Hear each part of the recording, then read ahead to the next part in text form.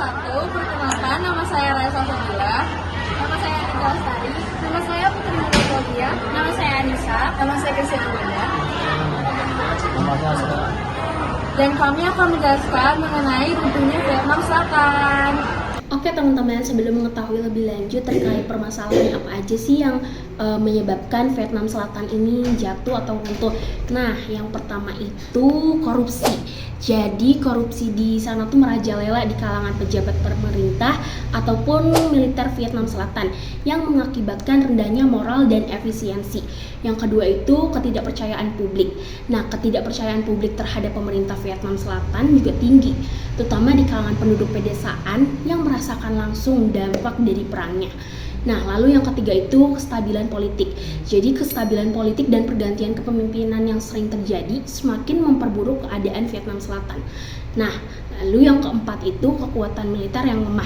Kekuatan militer Vietnam Selatan tidak efektif dalam menghadapi taktik gerilya Vietnam Selatan yang membuat mereka semakin lemah dan tidak mampu mempertahankan diri.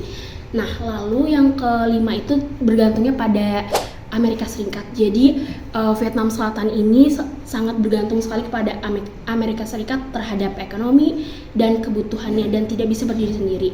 Nah, lalu yang keempat itu kegagalan ekonomi. Nah, kegagalan ekonomi ini yang menyebabkan inflasi, pengangguran, dan kemiskinan yang terjadi di Vietnam Selatan. Selanjutnya ada beberapa faktor eksternal. Yang pertama, dukungan militer dan logistik untuk Vietnam Utara.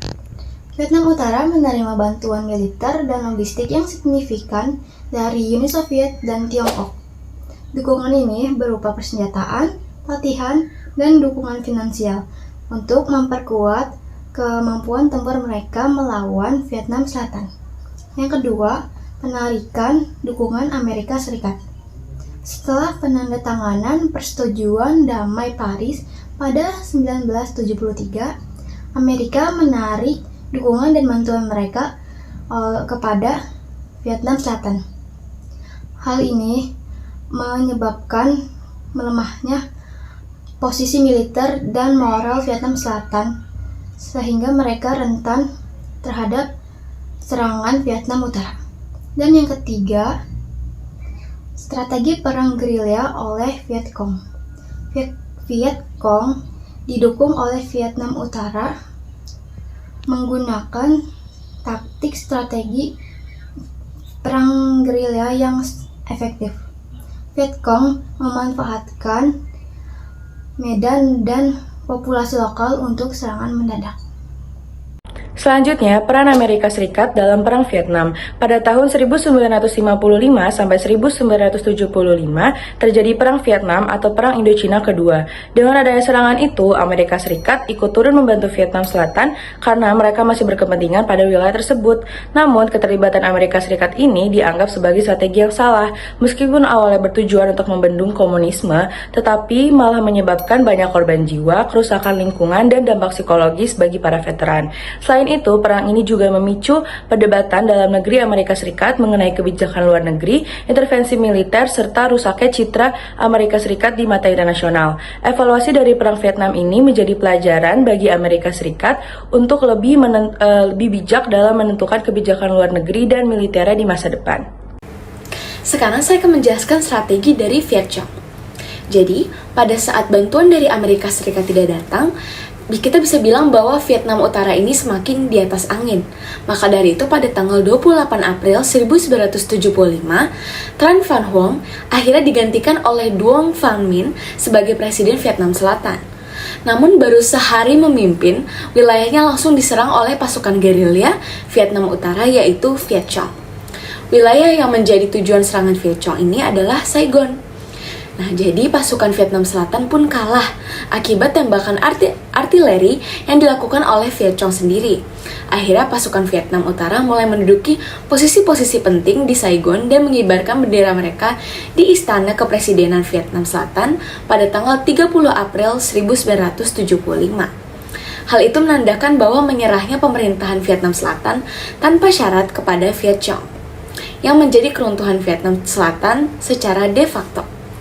Kejatuhan Saigon juga menandakan berakhirnya Perang Vietnam.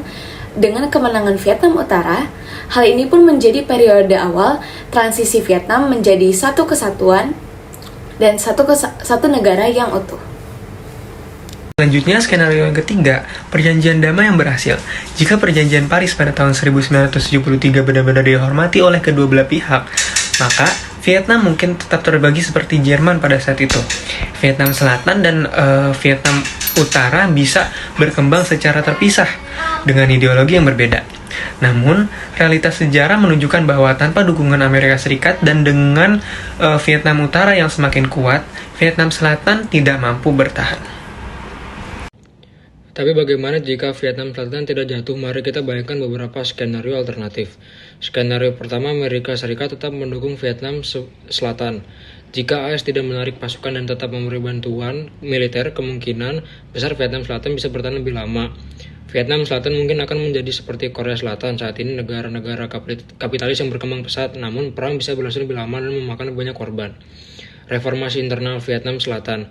Jika pemerintah Vietnam Selatan berhasil mengatasi korupsi dan memperkuat militernya, mereka mungkin bisa menghadapi serangan dari utara. Dukungan rakyat terhadap pemerintah yang lebih stabil bisa menghambat infiltrasi dari Viet Cong. Sekian dari kami. Wassalamualaikum warahmatullahi wabarakatuh.